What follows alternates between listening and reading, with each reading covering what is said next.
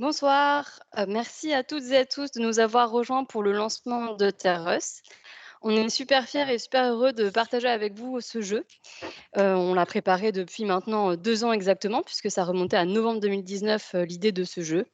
On a donc prévu de vous raconter son histoire, de parler un peu du contexte et de vous décrire le jeu en lui-même et puis de vous en montrer, quelques extraits. Bien sûr, vous pourrez poser vos questions, d'ici une trentaine de minutes, on y répondra, en direct. Donc pour y répondre, c'est, dans le chat, d'Instagram. Donc avec moi ce soir, il y a Camille Garroche qui a eu l'idée originale du jeu. Il y a Sébastien Gomin qui est développeur de jeux vidéo, qui a participé, pendant ces 2 ans au développement du jeu. Il y a Viet Titran qui est chercheur en épidémiologie et investigateur, de Compare. Et il y a Nathalie Clary qui est présidente d'Endomind, d'une association de patientes qui, vivent avec une endométriose. Enfin, il y a Patrick Aristizabal qui est chirurgien gynécologue, spécialiste de l'endométriose. Et moi, je suis Astrid Chevance, je suis médecin et chercheur et j'ai, leadé le projet, Euterus, pendant les 2 ans. Donc Euterus, c'est un jeu qui est gratuit, qui est dispo pour tous sur, Apple Store et sur Google Play. Donc vous pouvez jouer, sur un iPhone, ou sur votre, smartphone Android. Et ce jeu, il est fait pour parler de manière décomplexée des maladies gynécologiques et notamment de 3 maladies que sont les mycoses, l'endométriose et les fibromes. Alors pourquoi on a voulu faire ce jeu? Pour dire que ça existe, pour pouvoir se défouler, pour informer, pour sensibiliser et puis aussi pour parler des biais de genre dans la recherche et dans les soins, c'est-à-dire que pendant, de longues années, il y a eu un déficit de recherche sur la santé des femmes et un déficit de soins spécifiquement, envers les femmes. Donc on vous invite à parler, beaucoup de ce jeu autour de vous, à diffuser, ce jeu pour que beaucoup de personnes le téléchargent, y jouent, se posent des questions, s'informent sur ces maladies et qu'elles ne soient plus tabous. Alors bien sûr, c'est un jeu qui a été fait de façon bénévole, même s'il est gratuit. Donc il y a eu des artistes, des designers, des développeurs, mais on était des médecins, des chercheurs et surtout des personnes concernées par les différentes maladies, associations de patientes ou, personnes, isolées. Et puis on a eu aussi énormément de partenaires. Donc, pour la communication, on a eu Snack, Monolith et Alors Productions qui ce soir nous permet d'être en ligne, sur Instagram. Merci beaucoup. Il y avait aussi Nicolas Moral qui nous a proposé gentiment de faire le site internet. Donc le site internet, on va vous le mettre, en ligne, dans le chat Instagram, comme ça vous pouvez aller dessus et là de là, il y a des liens qui vous dirigent vers, Google Play et vers Apple Store. Et puis on a eu d'autres partenaires comme Compare, qui est une cohorte de recherche, dirigée par le chercheur Viet Titran qui est en ligne avec nous, Endomind, l'association de patientes, et puis aussi Solimut, Contrex, Poingine et Ubisoft qui ont contribué financièrement, pour que ce jeu voie le jour. Donc sans plus attendre, on va vous parler de ce jeu et je vais donner la parole à Camille Garroche. Donc Camille Garroche, tu es illustratrice, pour enfants dans ta vie. Tu es aussi atteinte d'endométriose et ça t'en a fait, beaucoup baver de ce que j'ai cru comprendre et puis tu as eu l'idée originale du jeu. Alors est-ce que tu peux nous en dire, 2 mots? Comment t'est venue cette idée? Bah, en fait, moi, je rêvais trop d'un jeu où on pouvait, battre la maladie et l'éclater, en fait. Donc j'imaginais un petit jeu, smartphone où quand on a des crises, on peut, l'éclater vraiment quoi et pas juste, penser qu'on le fait dans sa tête. Je voulais vraiment qu'on puisse scorer le truc et c'est comme ça que j'ai eu l'idée et comme, on a mis 7 ans pour, diagnostiquer la maladie et qu'on m'a dit, bah, que c'était normal d'avoir mal et tout ça, j'avais un peu envie de prendre ma revanche, même si c'était, voilà, de manière, complètement virtuelle. Voilà. Et alors, toi, tu es illustratrice et puis le choix des dessins, en fait, dans Euterus, il laisse pas indifférent. Est-ce que tu peux nous dire pourquoi il y a eu ce choix graphique? Bah, en fait, il fallait qu'on puisse, reconnaître où ça se passe et qu'on reconnaisse, enfin, le au niveau anatomique, il fallait que ce soit réel, en fait et reconnaissable. C'était pas juste, des petits monstres comme ça qui se baladent, quoi. Il fallait qu'il y ait un vrai contexte, en fait. Ouais. Du coup, c'est vrai que c'est des planches, très anatomiques avec des couleurs alors, effectivement un peu vives, un peu chatoyantes, mais proches de la réalité. Peut-être qu'on peut passer, tout de suite à un extrait, par exemple, l'extrait sur le fibrome pour montrer, qu'on se trouve dans un utérus. Et puis il y a aussi du coup les méchantes, plaques d'endométriose ou les méchants fibromes ou ou les méchantes mycoses qui sont, vraiment très reconnaissables parce qu'elles ont un look, agressif. Alors maintenant, je vais passer la parole à Sébastien. Donc toi, Sébastien, tu es un homme. Probablement que tu n'as pas eu d'endométriose, si tu n'as pas, d'utérus. Mais qu'est-ce qui t'a poussé, toi, à vouloir participer bénévolement pendant 2 ans à travailler dans ce projet? Merci Camille et Astrid.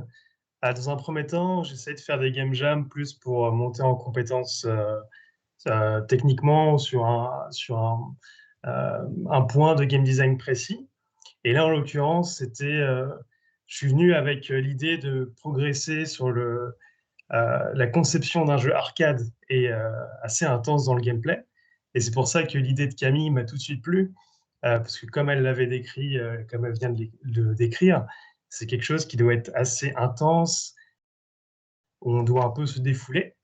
Donc c'est pour ça que l'idée m'a tout de suite plu et que j'étais une des premières personnes à être intéressée pour rejoindre l'équipe. La Et, première. et donc oui, le concept m'a plu depuis le début, donc j'avais la motivation de continuer, d'aller jusqu'au bout. OK. Et alors, qu'est-ce que tu peux nous dire un peu, parce que effectivement, tu as beaucoup participé au développement, mais tu as aussi réfléchi au design, parce que tu avais cette double Oui. casquette aussi un peu de game designer. Qu'est-ce que tu peux nous dire sur, la mécanique de jeu et le design du jeu? Alors une des difficultés qu'on avait, c'était d'adapter en fait un concept médical à la grammaire du jeu vidéo. Et peut-être qu'on peut montrer un extrait du niveau 1, par exemple, qui est assez explicite à ce niveau-là. C'est qu'on a essayé de traduire par une mécanique de gameplay une action, le fond en fait du message qu'on a besoin d'aider la recherche en donnant des informations. Et par le gameplay, en fait, on va essayer de récolter des jetons de recherche, donc des données de recherche, pour pouvoir améliorer notre action dans le jeu. Donc dans le niveau 1, on applique une zone d'effet dès qu'on touche l'écran. Et après avoir cumulé certains jetons de recherche, on va pouvoir rendre cette zone plus précise, en fait. Donc on C'est traduit ça. un peu. Voilà. Donc concrètement, il y a des espèces de jetons avec, une éprouvette qui s'affiche. On remplit l'éprouvette. Une fois que l'éprouvette est remplie, on devient plus précis dans son tir, on est plus efficace et du coup, on tue plus de mycoses, d'un seul coup. Merci Sébastien. Du coup, maintenant on va discuter avec, Viet Titran. Donc, Viet Titran, tu es, investigateur de Compare et épidémiologiste, donc tu fais de la recherche en fait, au quotidien. Alors tu es pas spécialiste d'endométriose, mais dans Compare, il y a une cohorte qui s'appelle aussi Compare Endométriose. Vous avez, je crois, 10 000 personnes. Est-ce que tu peux nous expliquer un peu, qu'est-ce que c'est que Compare? Le succès de Compare Endométriose et puis, comment, est apparu, Eutereuse dans ta vie? Alors, Compare, donc c'est un grand projet de recherche. C'est un projet de recherche fait par l'Université de Paris et l'Assistance publique Hôpitaux de Paris, qui vise à accélérer la recherche sur toutes les maladies chroniques. Donc pas seulement les maladies gynécologiques, mais aussi toutes les maladies chroniques. Aujourd'hui, en France, il y a à peu près 20 millions de personnes qui ont une maladie chronique. Et malheureusement, il y a encore de nombreuses zones d'ombre sur de nombreuses maladies, et en particulier des maladies gynécologiques ou des maladies moins bien reconnues, comme l'endométriose. Alors comment ça fonctionne Compare? En fait, Compare, c'est une plateforme où les patients qui ont des maladies chroniques peuvent s'inscrire et participer à des études qui sont proposées par des chercheurs. Donc ça a été lancé en 2017. Aujourd'hui, il y a 50 000 volontaires qui acceptent de donner du temps pour participer à des études de recherche. On a collecté plus de 9 millions de données. Il y a 150 chercheurs à travers la France qui utilisent ces données pour répondre à des questions de recherche. Et on a lancé depuis 2017 une cinquantaine de projets de recherche. Dans Compare, on a une volonté hyper forte d'impliquer les patients dans tout ce qu'on fait. Et en particulier pour répondre à un grand défi de la recherche qui est comment on fait pour recruter et inciter les gens à participer à des projets de recherche. On s'est dit qu'on allait faire différemment de ce que font les gens d'habitude en distribuant des flyers, etc. Et on s'est dit qu'on pourrait développer des jeux vidéo pour sensibiliser le grand public à participer à la recherche. Et c'est dans ce contexte-là, en fait, qu'on a lancé une Game Jam, donc un événement où on a réuni des patients, des médecins, des chercheurs et des développeurs pour faire des prototypes de jeux, pour sensibiliser le grand public à participer à la recherche. Et parmi les 6 jeux qui ont été développés au cours de cette Game Jam, vous allez découvrir aujourd'hui le premier qui va être diffusé en grand, qui est Euterus. OK, peut-être Sébastien, tu peux dire un mot sur, qu'est-ce que c'est qu'une game jam? Parce que tout le monde n'est pas forcément gamer dans sa vie ou ou pro du jeu vidéo, en 3 mots? Ouais, bien sûr. Alors c'est en général sous format de 48 heures en week-end. On va inviter des personnes à concevoir un jeu autour d'un thème. Et en général, c'est vraiment axé jeux vidéo. Et là, l'événement était assez unique en son genre, puisqu'il mélangeait 2 corps de métier, en regroupant donc les participants du Game Jam classique, avec en plus des chercheurs en médecine et des patients. Exactement, et donc ça a eu lieu il y a 2 ans pendant, c'était un vendredi soir, je crois, un dimanche après-midi, et le thème, c'était maladie chronique, et à ce moment-là, c'est Camille Garroche qui est venue, à cette game jam avec l'idée, déjà de développer, ce jeu Heterus, et on a été une équipe, de 10 à 15 personnes, ça a un peu fluctué, pour, mettre ce jeu, au monde. Alors, maintenant, Nathalie. Donc Nathalie Clary, tu es présidente, d'Endomind. Donc peut-être tu peux nous présenter Endomind, dans un premier temps, et puis nous dire, pourquoi c'était important pour toi de soutenir Euteros. Oui, bonsoir. Alors, effectivement, l'association Endomind existe depuis 2014. Donc, notre volonté, c'était initialement de déclencher une prise de conscience sur la thématique de l'endométriose et cette problématique et toutes les conséquences de la maladie sur la vie des femmes qui en sont atteintes. Et puis petit à petit, on a pu déclencher des travaux de fond qui ont permis de mettre à jour les recommandations de bonnes pratiques, de déclencher une stratégie nationale, de mettre en place des conférences, de sensibiliser le grand public, etc. Donc différentes actions majeures qui ont été menées pendant plusieurs années. Et puis parmi ces actions, on s'est rendu compte quand même que l'évolution était difficile et surtout freinée par le manque de données scientifiques autour de la maladie. Donc ça, c'est un sujet qui nous a vraiment interpellés et qui nous a poussés à prendre contact avec Vietti, justement, il y a quelques années, pour lui demander s'il était possible de mettre en place une cohorte endométriose au sein de Compare. Donc, ce qui a été fait, et encore merci pour ce gros travail, parce qu'effectivement, on commence à avoir aujourd'hui, grâce à cette cohorte, des réponses à des questions qui étaient vraiment encore très floues. Donc, on s'est investi sur ce projet à fond, et puis on a essayé de réfléchir à comment continuer à développer la recherche, puisqu'elle est quand même malheureusement encore très faible sur le sujet de l'endométriose, et actuellement il n'y a pas du tout de financement public sur la recherche sur l'endométriose, qui concerne pourtant 1 à 2 femmes sur 10. Donc c'est quand même quelque chose qui nous interpelle. Donc on a créé un événement sportif, une course qui s'appelle l'Endorun, qui vient juste d'avoir lieu d'ailleurs, qui s'est terminée ce dimanche. Et cette course nous a permis de soutenir le projet Compare plusieurs années d'affilée, et ce sera encore le cas cette année. Et puis également de créer l'année dernière, en fin d'année dernière, la première fondation pour la recherche sur l'endométriose. Voilà, donc ça fait partie des grosses initiatives de l'association. Et évidemment, de par les relations que l'on a avec Compare depuis quelques années, il nous a semblé tout naturel de soutenir ce projet. C'était une évidence pour nous, d'autant plus qu'il permet de sensibiliser un public qui, pour nous, est un public différent de celui que l'on a l'habitude de sensibiliser. Donc, et pourtant, c'est un public qui est tout autant concerné. Donc, malheureusement, l'endométriose concerne tout le monde et ne s'attaque pas à un public en particulier ou à un type de personne en particulier. Donc c'était tout naturel qu'on a soutenu le projet Utérus. OK. Merci beaucoup Nathalie. J'aurai aussi plein de questions, pour toi, tout à l'heure, mais d'abord il faut qu'on présente, Patrick Aristizabal. Donc, Patrick, toi tu es, chirurgien gynécologue et tu es spécialiste de l'endométriose. Donc, dans Utérus, tu nous as aidé à vérifier que les scripts du jeu, que les textes, les informations médicales et scientifiques qu'on a pu implémenter étaient corrects. Est-ce que tu peux nous dire pourquoi tu as bien aimé ce projet? Qu'est-ce qui t'a plu? Qu'est-ce qui a fait que tu nous as aidés là-dedans? Bonsoir à tous. Merci à Astrid déjà de m'avoir permis de rejoindre ce magnifique projet. En fait, ce qui m'a intéressé, c'était la démarche, le côté fun learning et le pouvoir en fait viser le plus de personnes possible, parce que c'est vrai que c'est une maladie très fréquente et en fait que peu de gens connaissent. Et c'est ce qui est très frappant dans l'endométriose. Et j'ai trouvé cette approche très ludique et enfin positive. Donc ça change du quotidien, des consultations qui sont difficiles.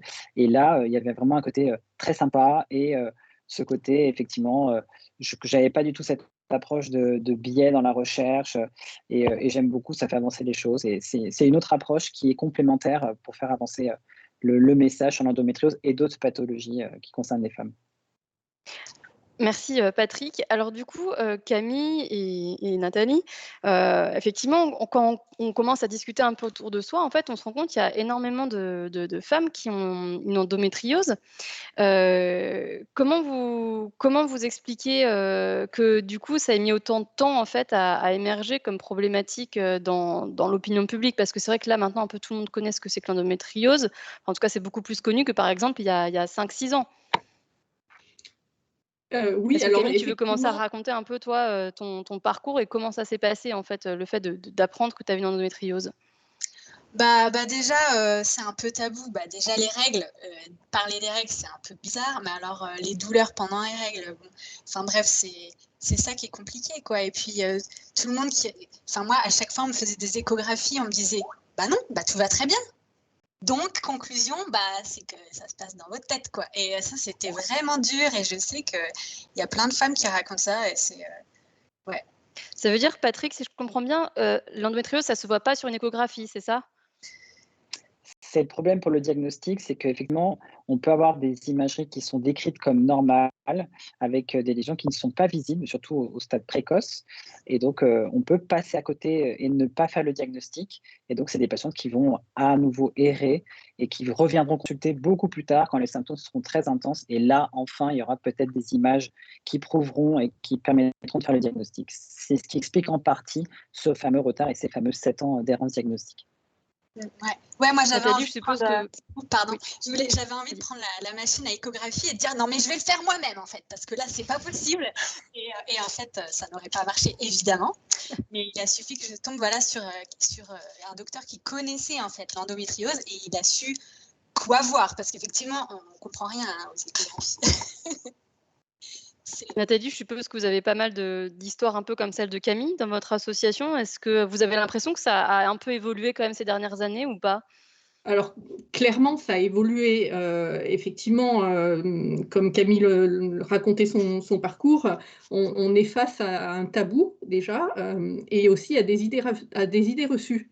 Les règles, ça fait mal, forcément, donc c'est une idée reçue qu'on se transmet de génération en génération et que les médecins ont aussi adoptée, puisque, une jeune femme, qui va consulter, son médecin généraliste en manifestant des douleurs de règles, va lui dire que c'est normal aussi.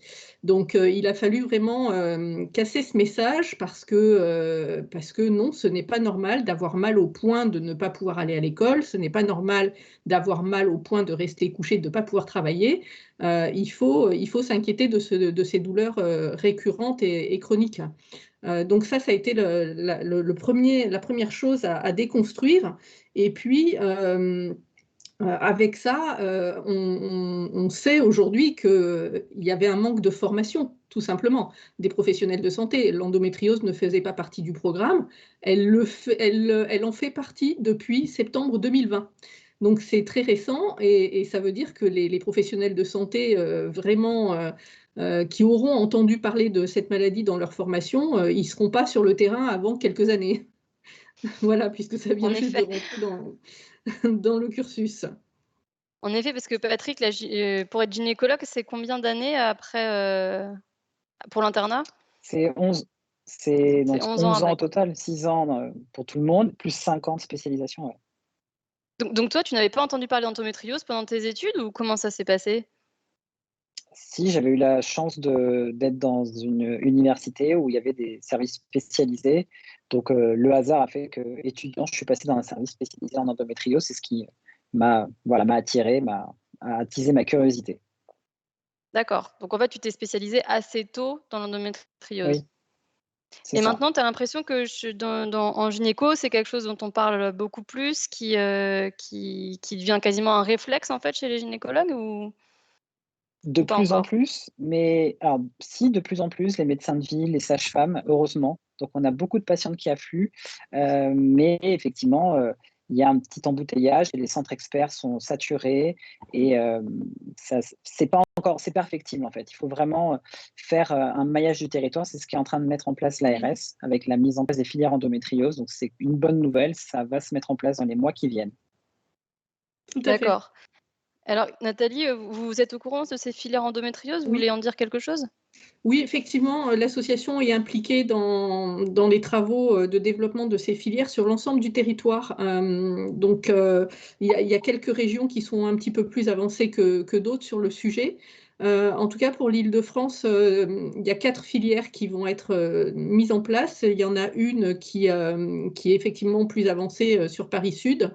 Mais c'est quelque chose qui est en train de se coordonner. Donc, l'idée, c'est d'impliquer au maximum les professionnels de la ville dans ces filières pour avoir un parcours coordonné avec les professionnels de premier recours, les professionnels qui connaissent un petit peu mieux l'endométriose, jusqu'à des centres un peu plus experts, de manière à répondre aux besoins de l'ensemble des femmes, puisque on le disait au début, c'est des conséquences qui sont variées d'une personne à l'autre.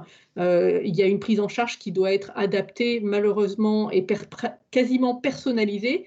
Donc il y a des personnes qui vont avoir besoin effectivement d'un centre expert avec une chirurgie vraiment pointue et d'autres qui vont avoir besoin d'une prise en charge de leur douleur, de leur symptomatologie de douleur et qui n'auront pas forcément besoin de subir de chirurgie. Donc vraiment, il faut répondre à un maximum de cas.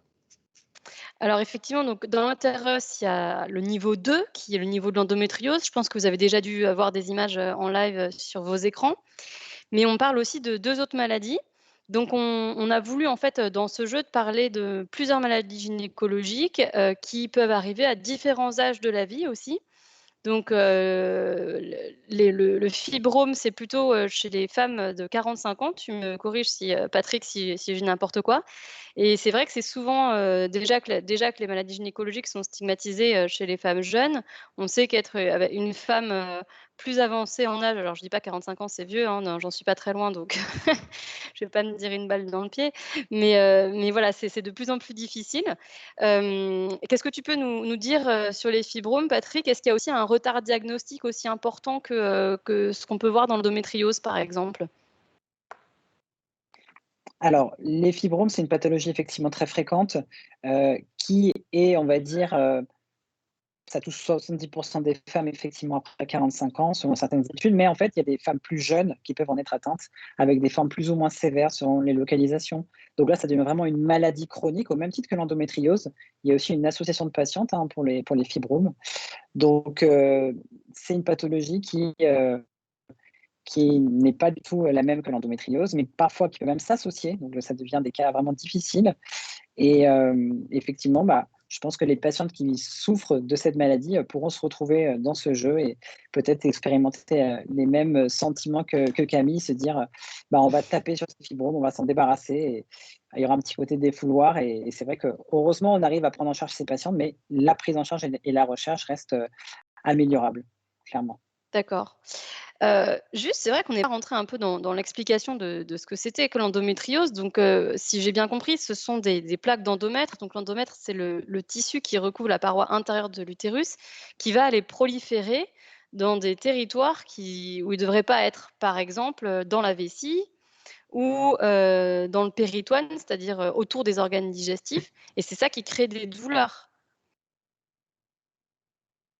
Exactement. C'est alors l'origine, on ne la connaît pas très bien. Il y a différentes, hypothèses. C'est multifactoriel maintenant. Il y a un côté environnemental certainement, il y a un côté familial aussi, mais qui n'est pas systématique. Donc ça, je le dis souvent pour rassurer les mamans quand elles ont leurs jeunes filles qui ne sont pas encore réglées, mais leur dire d'être vigilantes. Donc effectivement, c'est ces lésions qui vont créer de l'inflammation, de la douleur. Il y a une espèce de réaction auto-immune, le corps qui se retourne contre soi-même et qui va créer des nodules qui deviennent source de douleur et effectivement un impact qui devient de plus en plus important dans la vie de tous les jours.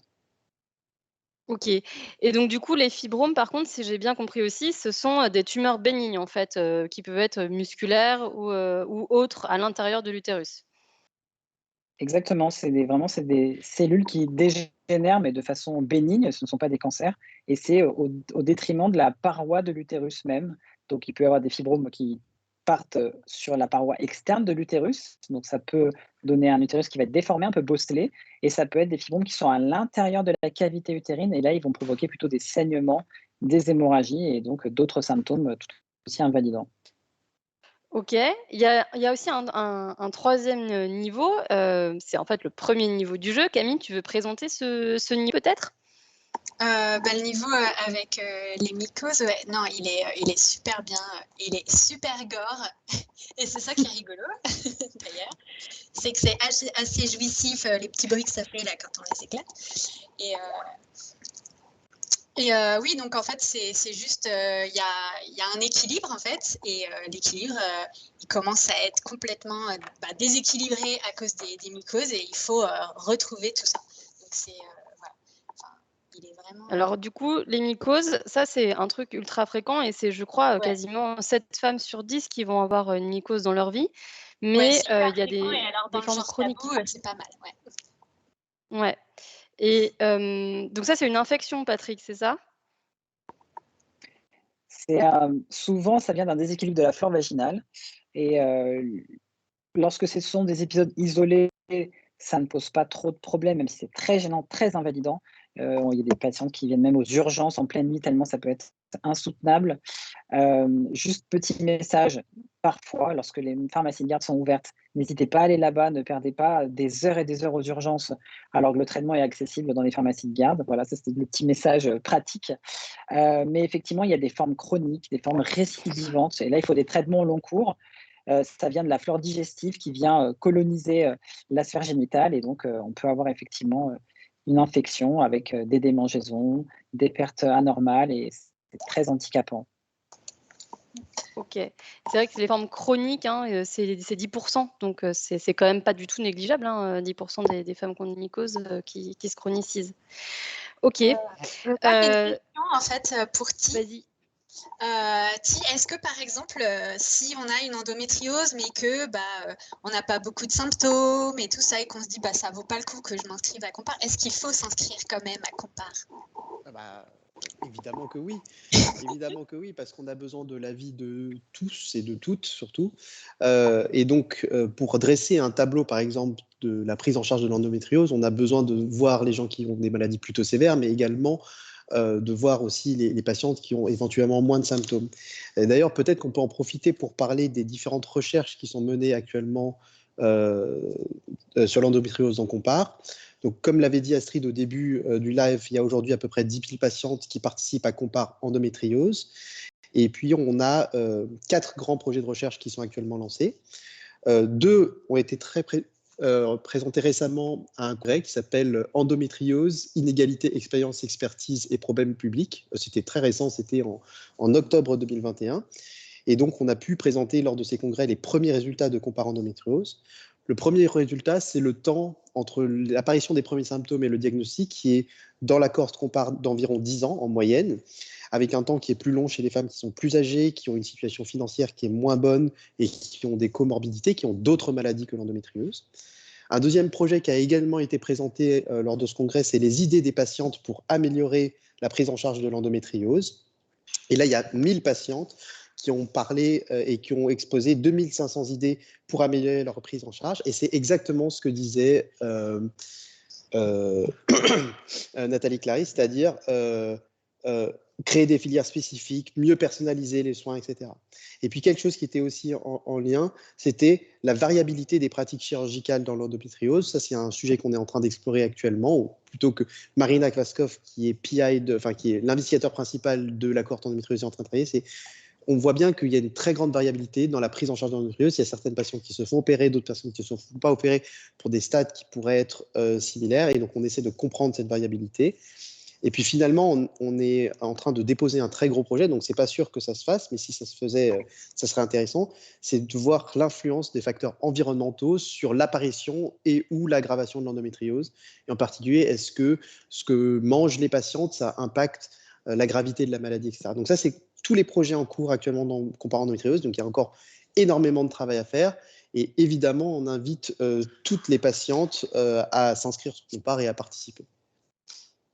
Ok, Et du merci. coup, On espère que votre projet de recherche, ça va marcher. Camille, tu voulais réagir à ce que dit Ti? Oui, je voulais continuer sur ma lancée et lui demander si, par exemple, si on est ménopausé et qu'on a de l'endométriose, est-ce qu'il faut aussi s'inscrire? Mais oui, tout le monde doit s'inscrire. C'est facile, tout le monde doit s'inscrire à Compare. Et si, par exemple, on nous a retiré l'utérus, est-ce qu'il faut quand même s'inscrire? Oui, il faut s'inscrire quand Voilà. même. Voilà. Il faut que ce soit clair parce que ça me semble super important. Mais oui, Et vous même avez si raison. on n'habite pas en France, mais qu'on parle français. Oui, exactement. Compare, c'est un projet pas du tout limité à la France, mais c'est toute personne parlant français peut participer. Le principal mode de recueil des données dans Compare, c'est des questionnaires en ligne qui permettent de collecter des données qui sont rapportées directement par les patients. Et donc, on n'a pas besoin d'être en France métropolitaine pour participer à ces études-là. Oui, alors c'est très important en fait de dire que Compare, c'est effectivement une cohorte pour toutes les maladies chroniques. Donc là, ce soir, on parle d'endométriose, mais c'est aussi pour le diabète, l'hypertension, le mal de dos chronique, la dépression. Enfin bref, dès que vous avez une maladie qui dure plus de 6 mois ou pour laquelle vous prenez un traitement depuis plus d'un mois, vous pouvez vous inscrire dans Compare pour soutenir la recherche juste en donnant du temps en fait, en répondant à des questionnaires à peu près une fois par mois. D'ailleurs, on va vous mettre le lien, si ça n'a pas été déjà fait, dans le chat. Alors, dans ce fameux chat, on a des questions. Donc, il y a quelqu'un qui témoigne, merci beaucoup, qui dit: «Dans ma famille, ma tata, moi et ma fille de 14 ans, on présente les mêmes symptômes. Est-ce que c'est héréditaire?» Donc, on va demander à Patrick de répondre à cette question. Peut-être qu'il faut nous rappeler un peu qu'est-ce que ça veut dire héréditaire, parce que c'est un terme finalement qui est passé dans le langage courant, mais c'est un terme scientifique au départ qui a une définition assez précise. Alors, c'est vrai que ça inquiète énormément comme je disais, les mamans. L'hérédité, c'est vraiment quelque chose qui va vous prédisposer à. C'est un risque augmenté par rapport à la population générale, mais ça ne veut pas dire que c'est automatique. Vous allez systématiquement être atteinte comme vos parents. Donc, ce que je conseille, c'est surtout d'être vigilant. Alors, pour la jeune fille de 14 ans, euh, c'est rare d'avoir des lésions d'endométriose et de pouvoir affirmer le diagnostic à cet âge-là. Mais attention, ça ne veut pas dire qu'elle n'a pas d'endométriose. Donc, il faudra vraiment être vigilant dans les mois et années. Si les symptômes s'aggravent, clairement, il faut consulter. Mais effectivement, il y a cette notion, c'est retrouvé dans de nombreuses études, cette notion familiale, des études aussi de corps de jumelles. Donc, ça a été prouvé, mais ça n'est pas systématique, encore une fois. Alors peut-être justement pour expliquer aux auditeurs et auditrices, parce qu'effectivement, même quand on est un papa, on peut aussi écouter sa fille qui se plaint et dépister aussi les Bien sûr. premiers symptômes. Est-ce que Camille, tu peux nous donner des exemples de symptômes de l'endométriose? Oui, alors, il peut y avoir des douleurs quand on va à la selle, par exemple, ou des douleurs quand on urine. On peut avoir des douleurs lors des rapports sexuels et tout ça. Et c'est pas forcément pendant les règles, hein, toutes ces douleurs. Et ça peut être pas mal de choses, en fait. Et c'est vrai Est-ce que Nathalie, tu as d'autres idées de symptômes, toi? La T'aurais, fatigue chronique, par exemple, ça fait partie des symptômes. Les douleurs pelviennes chroniques également. Il peut y avoir, pour des atteintes un petit peu plus spécifiques, des douleurs lombaires ou l'épaule droite. Voilà, ce genre de symptômes. Donc, c'est ce qui rend aussi le diagnostic très compliqué, parce que ce sont des symptômes qui, de manière isolée, peuvent évoquer d'autres choses que l'endométriose, quoi.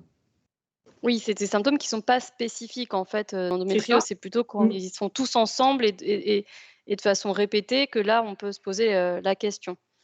Mais moi, j'ai une question parce que j'y connais pas grand-chose. Est-ce que ça donne des règles, très très abondantes, par exemple, ou pas forcément? Chez pas certaines forcément. femmes, mais pas toutes. D'accord. OK, donc ça, c'est pas non plus un symptôme, spécifique. Non. OK. On a un autre, témoignage, quelqu'un qui nous dit que tous les médecins qui me rencontrent me disent que je suis pas trop costaud et il suffit de prendre un Doliprane pour, soigner l'endométriose. Alors la question, je pense, C'est chouette. si on la reformule, c'est: est-ce que l'endométriose, il faut juste traiter la douleur ou est-ce qu'aussi on est capable de traiter entre guillemets «la cause», enfin les lésions elles-mêmes? Est-ce que Patrick, tu veux dire un mot sur les traitements qui Alors, existent actuellement pour l'endométriose? il faut une prise en charge globale. Donc, le traitement de fond, aujourd'hui, c'est vrai qu'en première intention, ça va être un traitement hormonal. J'ai envie de dire malheureusement parce que ce ne sont pas toujours des médicaments bien tolérés. Donc, c'est le grand problème que l'on voit en consultation. Donc ça, c'est le premier niveau de traitement. La chirurgie ne va concerner que une minorité de patientes, trop nombreuses encore aujourd'hui, mais ce n'est pas la prise en charge numéro 1, clairement. Donc ensuite, il y a effectivement la gestion des crises douloureuses. Et c'est là où on a besoin des médecins de la douleur, des médecins de ville qui doivent être aussi formés, savoir quel traitement donner. Il y a les anti-inflammatoires en premier lieu. Et puis, il y a tout ce qui est soins de support. Ça va être le yoga, la kiné, de l'ostéopathie. Donc, il faut aussi ouvrir les possibles et ne pas se cantonner au dogme médecine, médicale, médicaments, hormones, parce que l'idée, c'est d'améliorer la qualité de vie globale des patientes. Et donc, ça va au-delà de la consultation avec le gynécologue ou le chirurgien.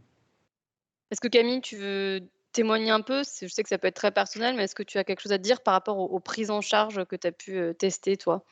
Bah, en fait, moi, j'avais un chirurgien qui m'a dit, bah, écoutez, là, ce que vous pouvez faire, c'est, parce que moi, je voulais pas qu'il m'opère, enfin bref, et il m'avait dit, bah, vous pouvez vous tourner vers l'acupuncture, l'ostéo et tout ça. Et j'étais assez surprise parce que je m'attendais pas du tout à ce qu'il me dise ça, et j'étais assez contente. Et du coup, en fait, je me suis entourée de médecins. Enfin, j'ai fait du yoga, j'ai fait plein de trucs et j'ai changé mon alimentation. J'ai essayé plein de trucs et en fait, j'étais vraiment en mode j'essaye quoi. Et on verra bien si ça marche.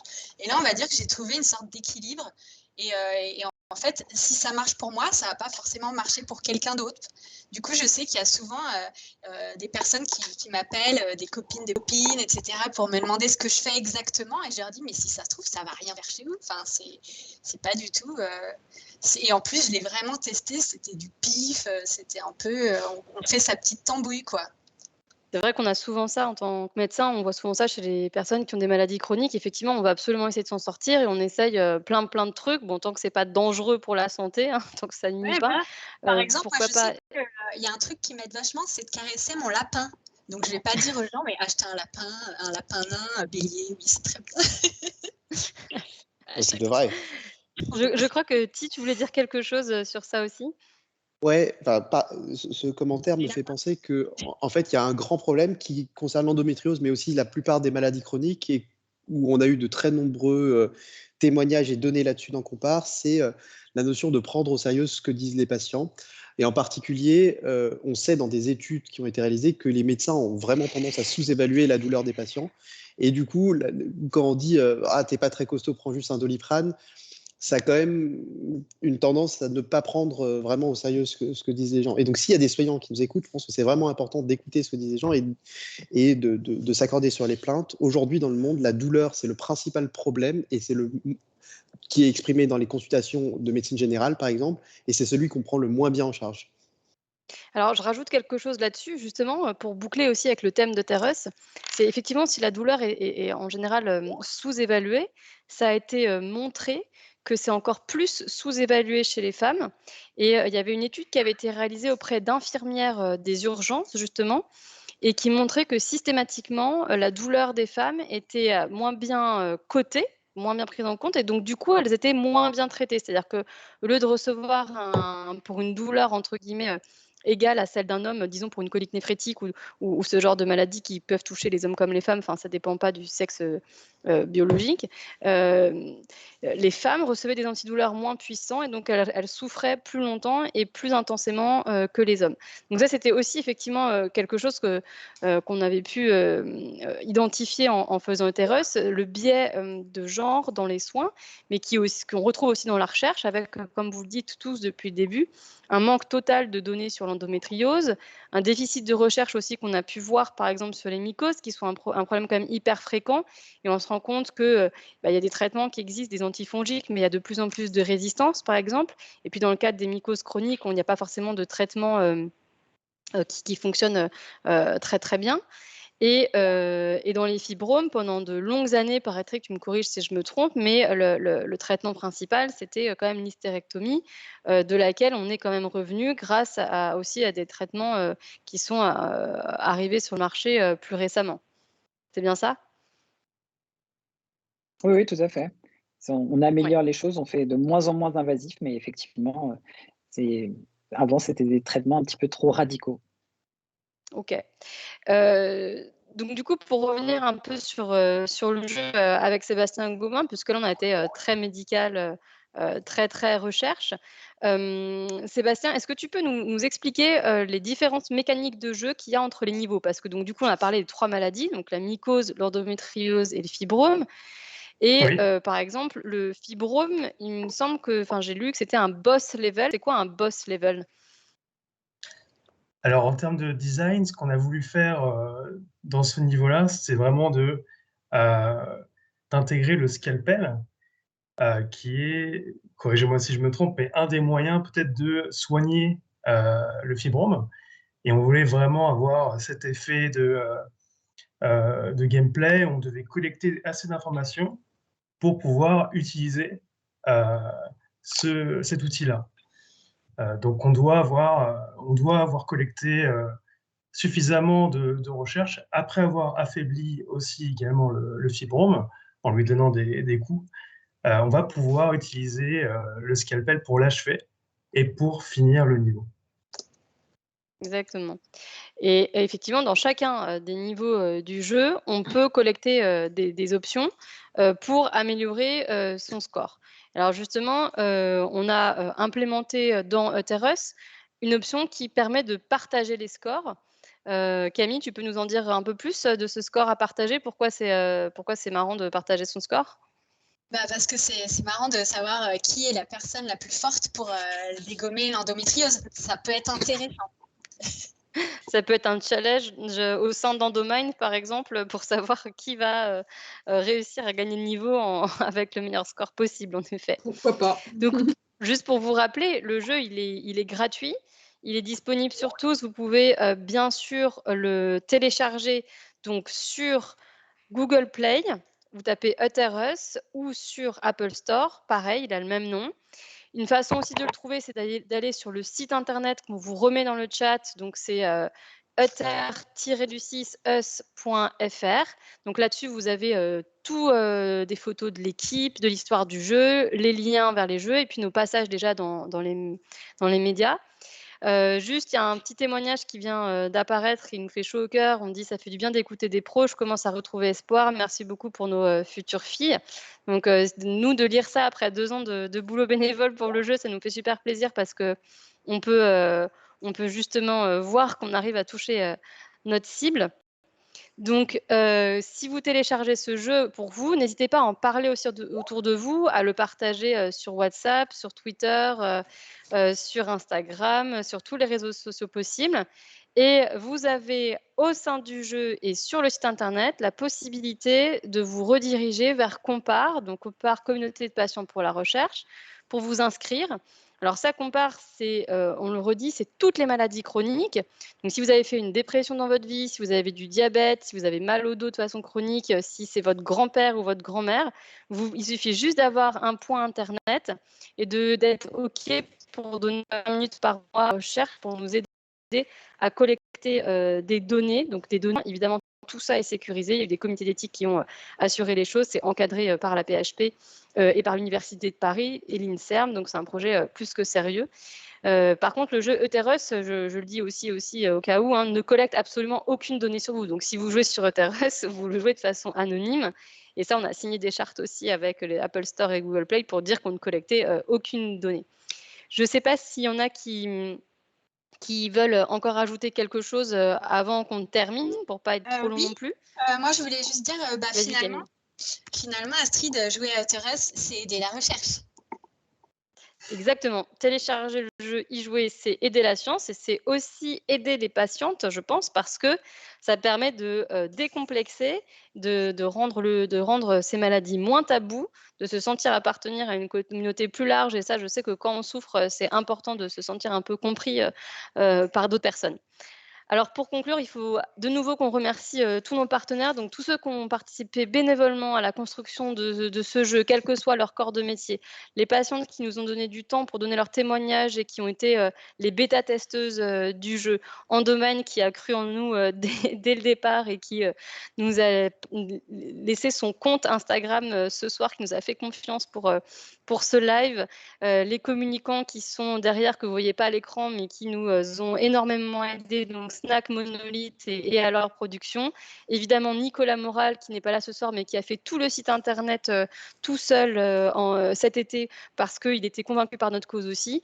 Et puis, les partenaires financiers qui ont été Solimut, donc une mutuelle, Contrex, l'eau que vous connaissez tous. Point Gyn, c'est un réseau de soins justement de gynécologues qui s'intéressent à l'endométriose. Et puis Ubisoft, le géant du jeu vidéo, qui avait soutenu de la Game Jam. Merci beaucoup pour vos messages d'encouragement. La vidéo de ce soir, elle sera dispo sur la story d'Endomind, donc n'hésitez pas non plus à la rediffuser si vous voulez. Et puis partagez ce jeu autour de vous pour qu'on en parle. Et on a déjà aussi averti quelques journalistes que le jeu existait. Merci beaucoup. Merci. Merci à tous. Merci beaucoup. Merci à tous. Et Bonne bravo soirée. encore. Salut.